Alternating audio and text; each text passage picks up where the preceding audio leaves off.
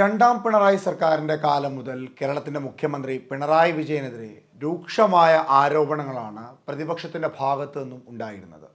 അതിൽ നിരവധി വിഷയങ്ങളുണ്ടായിരുന്നു. Life mission പദ്ധതിയിൽ തട്ടിപ്പ്, സ്വർണ്ണക്കള്ളക്കടത്ത്, അങ്ങനെ നിരവധി വിഷയങ്ങൾ.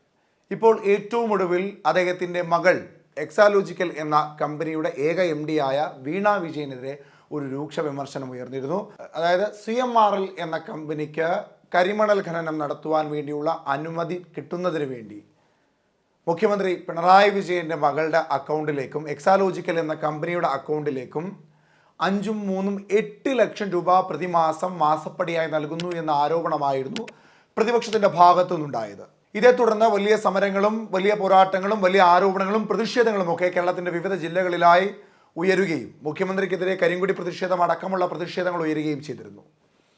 പ്രതിപക്ഷ നേതാവ് VD സതീശനും KPCC അധ്യക്ഷൻ K സുധാകരൻ അടക്കമുള്ള രാഷ്ട്രീയ നേതാക്കന്മാർ, കോൺഗ്രസിൻ്റെ നേതാക്കന്മാർ ഇതിനെതിരെ രൂക്ഷമായ വിമർശനവുമായി എത്തിയിരുന്നു. സഭയിലടക്കം മുഖ്യമന്ത്രിക്കെതിരെ ചോദ്യമുയർത്തിയിരുന്നു പ്രതിപക്ഷം. പക്ഷേ അതിനെല്ലാം മറുപടി നൽകിയത് തൻ്റെ കൈ ശുദ്ധമാണെന്നും മടിയിൽ കനമില്ലെന്നും ഒക്കെ പറഞ്ഞുകൊണ്ടായിരുന്നു.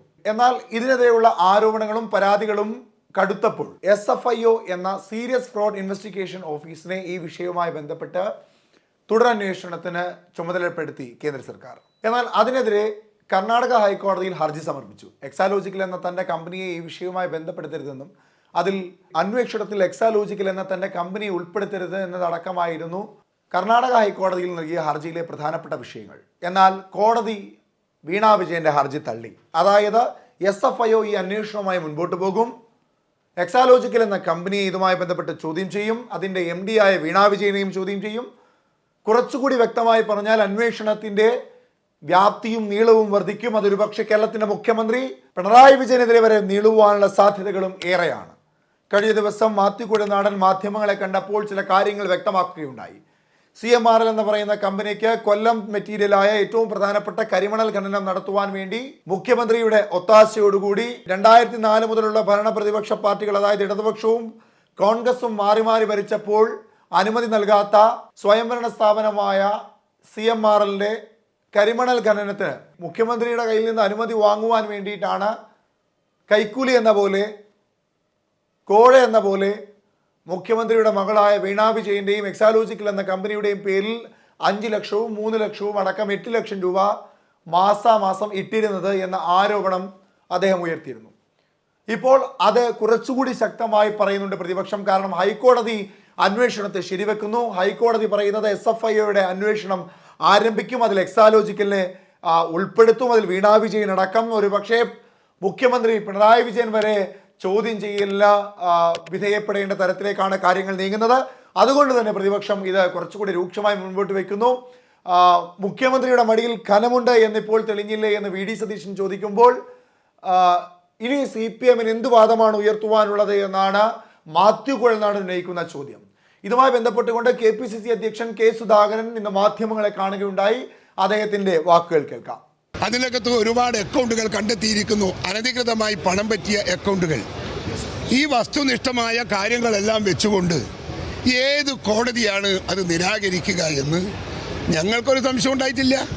ഒരു കോടതിക്കും അത് സാധിക്കുകയില്ല. പിണറായി വിജയൻ എൻ്റെ കൈ ശുദ്ധമാണ്, എൻ്റെ മടിക്കുത്തിലൊന്നുമില്ല എന്നൊക്കെ പറഞ്ഞത് കൊണ്ട് മാത്രം കാര്യമില്ല. ഭാര്യൻ്റെ പെൻഷൻ ഫണ്ട് കൊണ്ടാണ് എക്സാലോജിക് ഉണ്ടാക്കിയത് എന്ന് പറയുന്നത് ലോകത്തെ ചെറുപ്പക്കാരുടെ മുമ്പിൽ പറയാൻ കൊള്ളുന്നതാണോ കേൾക്കാൻ കൊള്ളുന്നതാണോ പരിശോധിക്കണം. ഒരു മുഖ്യമന്ത്രിയല്ലേ പറയുന്നത് ഭാര്യയുടെ പെൻഷൻ? ഭാര്യ ഏത് അഖിലേന്ത്യാ ഇതിന് പ്രസിഡന്റോ, ഇന്ത്യ യൂണിയൻ പ്രസിഡന്റോ മറ്റാണോ? പെൻഷൻ കിട്ടുമ്പോൾ കോടികൾ കിട്ടുന്ന ഒരു ജോലിയാണോ അവരത്? UP സ്കൂൾ ടീച്ചർ, ആ ടീച്ചർ പെൻഷൻ പറ്റുമ്പോൾ എന്താണ് പെൻഷൻ ഉണ്ടാവുക എന്ന് എല്ലാവർക്കും അറിയില്ലേ?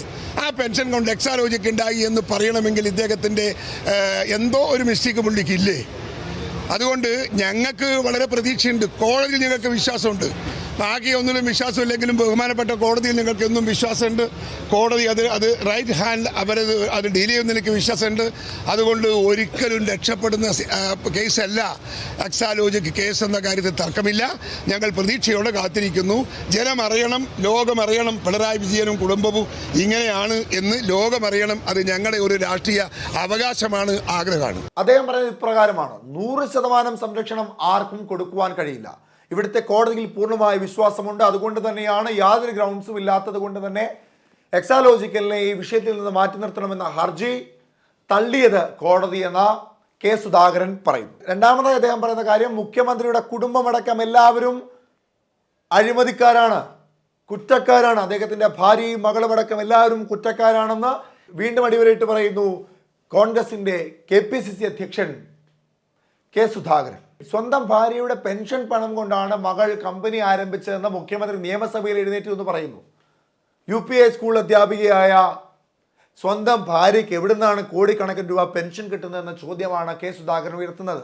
അതായത് ഈ ലോകമറിയണം, അദ്ദേഹത്തിൻ്റെ ഭാര്യയും മക്കളും മുഖ്യമന്ത്രി അടക്കം എല്ലാവരും അഴിമതിക്കാരാണ്. ഈ ചോദ്യം ഉയരുമ്പോൾ, ഈ ചോദ്യത്തിൻ്റെ വഴി നീളുമ്പോൾ, ഈ ചോദ്യത്തിൻ്റെ വ്യാപ്തി വർദ്ധിക്കുമ്പോൾ ഇത് ചെന്ന് നിൽക്കുന്നത് മുഖ്യമന്ത്രിയുടെയും കുടുംബത്തിൻ്റെയും നേരെയായിരിക്കും, വലിയൊരു ആരോപണത്തിന് നേരെയായിരിക്കും. കേരളത്തിൻ്റെ മുഖ്യമന്ത്രി ഒരു അഴിമതി വീരനാണ് എന്ന തരത്തിലേക്കാണ് കെ സുധാകരൻ അടക്കമുള്ള കോൺഗ്രസിൻ്റെ നേതാക്കന്മാർ മാധ്യമങ്ങൾക്ക് മുമ്പിലൂടെ പറയുന്നത്. എന്തായാലും കാര്യങ്ങൾ ഇപ്പോൾ കുറച്ചുകൂടി വഷളായിരിക്കുകയാണ്. ഇടതുപക്ഷത്തിന് പറയുവാൻ മറുപടിയില്ല. പല മന്ത്രിമാരും മാധ്യമങ്ങളെ കാണുമ്പോൾ ഒരു മറുപടിയും പറയാതെ നിശബ്ദമായി കടന്നു പോവുകയാണ്. സ്വാഭാവികമായും പാർട്ടി ചേർന്നൊരു തീരുമാനമെടുത്തതിന് ശേഷം മാത്രമേ ഇതിൽ മറുപടി പറയുവാൻ സാധ്യതയുള്ളൂ. പക്ഷേ എന്തായിരിക്കും ഇടതുപക്ഷത്തിന്റെ മറുപടി എന്നത് വളരെ പ്രധാനപ്പെട്ട ഒന്നാണ്.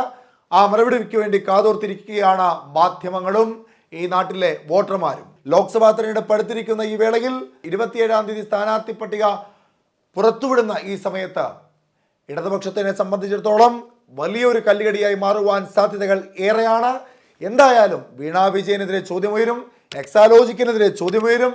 അങ്ങനെയെങ്കിൽ കേരളത്തിൻ്റെ മുഖ്യമന്ത്രിയായ പിണറായി വിജയനെതിരെയും ചോദ്യമുയരുവാനുള്ള സാധ്യതകളും ഏറെയാണ്.